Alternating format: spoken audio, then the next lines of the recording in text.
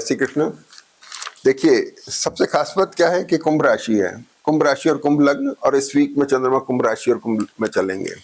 तो विशेष तौर पे ध्यान देने की बात है तब जबकि गुरु आपके छठे भाव में वर्गोत्तम में है। गुरु आपके सेकंड लॉर्ड हो गए, 11th लॉर्ड हो गए, तो गुरु क्या कर रहे हैं? लाइबिलिटीज क्रिएट कर रहे हैं। शनि द्वादश में है, खर्च करवा रहे हैं। अब कोई काय में खर्च हो रहा है। तब सबसे बड़ी इंपॉर्टेंट चीज ये कि यहाँ पर बुध दृष्ट है चतुर्थ भाव के ऊपर। शुक्र यहाँ पे अष्टम में चले गए हैं। मंगल केतु से होके फ्रीज हो रहे हैं। एसेट को लेकर की चिंता आ रही है थोड़ी सी। तो गुरु यहाँ पे थोड़ा लाइबिलिटीज क्रिएट कर रहे हैं। वर्गोत्तम में गुरु है। शनि को एक्सप्लोर कर रहे हैं, यानी आपका दायरा तो बढ़ रहा है, आपकी इंपॉर्टेंस तो बढ़ रही है, लेकिन फीबल है, थोड़ी कमजोर है। उसके रिजल्ट नहीं आ रहे हैं। सब कुछ बहुत अच्छा दिख रहा है लेकिन रिजल्ट नहीं आ रहे हैं। 27 तारीख को मंगल यहाँ से शिफ्ट होते हैं और अपनी राशि में आ जाते हैं।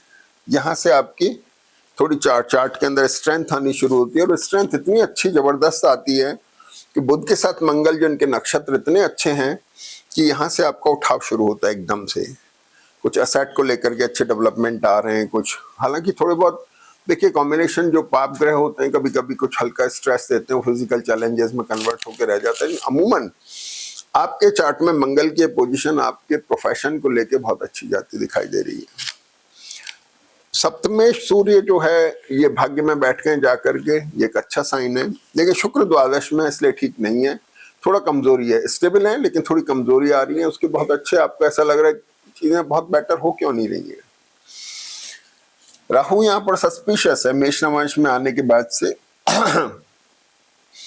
यहां देखेंगे तो सबसे पहले जैसे 27 तारीख आती है गुरु और चंद्रमा का एक्सचेंज हमें मिलता है, तो 6th लॉर्ड और 2nd लॉर्ड का एक्सचेंज, यानी लाइबिलिटीज में जिसकी बात पहले कर रहा था वो चीज फिर आ रही है। अब ये हुआ कि 27 तारीख को ही मंगल यहाँ से शिफ्ट होकर यहाँ आ गए। यहाँ पे आके जैसे मैंने बताया बहुत अच्छी पोजीशन में मंगल आ जाते हैं। और फिर इसके बाद में 28 तारीख को चंद्रमा मकर राशि में आते हैं। यहाँ चंद्रमा की पोजीशन अच्छी है, 6th लॉर्ड 6th पर है। यानी अगर आप ये सोच रहे हैं कि भाई कोई इन्वेस्टमेंट करें, कहीं से फाइनेंस अरेंज नहीं हो रहा, तो यहाँ फाइनेंस अरेंज हो रहा है। मतलब 28 से लेकर 31 के बीच में आपके पास में कुछ लाइबिलिटी क्रिएट हो रही है, तो फाइनेंशियल पार्ट पे हो सकती है। 6th Lord dates, disease, enemies तीनों का होता है। तो ऑब्स्टिकल आना, डेट्स क्रिएट होना और डिसीज, मेंटल, फिजिकल, फाइनेंशियल, किसी भी तरह की डिसीज। गुरु यहाँ बैठे हुए हैं तो पैसा खर्च कर रहे हैं, फाइनेंस अरेंज करके पैसा खर्च करवा रहे हैं। ठीक है। अच्छा, अब हम आ जाते हैं यहाँ चंद्रमा यहाँ पर आ गए मकर राशि में। एक घटना और हुई 30 तारीख को। शुक्र जो है यहाँ पर वर्गोत्तम में हो गए। शुक्र इस जन्मपत्ति में योग कारक है, ध्यान देने की जरूरत है। शुक्र बड़ा इंपॉर्टेंट है। तो शुक्र आपको एसेट की तरफ ले जा रहे हैं, कुछ खरीदना चाह रहे हैं, कुछ नई चीजें हैं, कुछ इन्वेस्टमेंट करना चाह रहे हैं, प्लेजर ट्रिप की तरफ ले जा रहे हैं। ठीक है। 7th लॉर्ड जो सूर्य है ये बुध और शुक्र से कवर होने की वजह से इसमें प्लीजेंटनेस आ जाती है। रिलेशनशिप में थोड़ा सा बेटर आ रहा है, उस तरफ कुछ इन्वेस्टमेंट होता दिख रहा है, एनर्जी डाइवर्ट हो रही है। अब अगली बात ये हो गई कि चंद्रमा कुंभ राशि में आते हैं। इसमें थोड़ा सा अपने को ध्यान रखने की जरूरत है क्योंकि राहु केंद्र में है, मेष नवांश में है। इस मंगल से चंद्रमा दृष्टि जो सीज्ड कॉम्बिनेशन है, थोड़ा एडमेंट हो सकते हैं। एसिडिटी या कॉन्स्टिपेशन, इसकी वजह से आप परेशान हो सकते हैं। आपके लाइफ पार्टनर की हेल्थ के चैलेंजेस आ सकते हैं। लाइबिलिटीज को लेके थोड़ा सा स्ट्रेस डेवलप हो सकता है। तो आपको थोड़ा इस समय में ध्यान रखना है, बैलेंस, माइंड का बैलेंस बना के रखना है। बाकी टाइम बहुत बढ़िया है, इसमें कोई डाउट नहीं है। क्योंकि उसका रीजन ये है कि वीकेंड के अंदर, पहले हम कुंभ के चंद्रमा की बात करें। ये कुंभ राशि के चंद्रमा जो हैं ये 1 तारीख को सुबह 6:42 से 12:33 के बीच में वर्गोत्तम में है।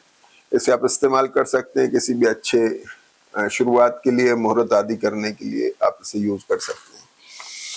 अब होता है कि 31 तारीख के बाद में 2 नवंबर को चंद्रमा मीन राशि में आते हैं। यहाँ से परिवर्तन आता है। आपका जो थोड़ा मानसिक तनाव का थोड़ा सस्पिशियस नेचर था वो खत्म हुआ, संजय खत्म हुआ, संदेह, संशय सब निपटे। शनि के साथ ही आ गए।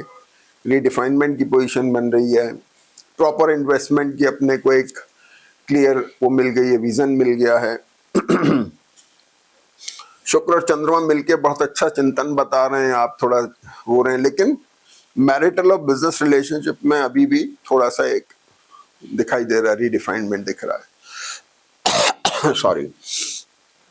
तो इस चीज का ध्यान रखना। और सबसे आखिर में 2 तारीख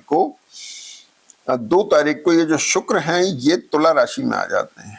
अब ये जो योग कारक शुक्र हैं ये स्ट्रांग हो गए, यानी वीकेंड के बाद में शुक्र जो है बहुत स्ट्रांग होकर के आपको और अच्छा फल देते हैं। तो कुल मिलाकर के जिस घटनाक्रम के लिए आप लगातार प्रयास कर रहे थे वो वीकेंड में जाके सक्सेसफुल होते दिखाई दे रहे हैं। तो योग कारक शुक्र तुला राशि में वर्गोत्तम में बहुत अच्छी पोजीशन है, जिसका आप फायदा उठाइए। जय श्री कृष्ण।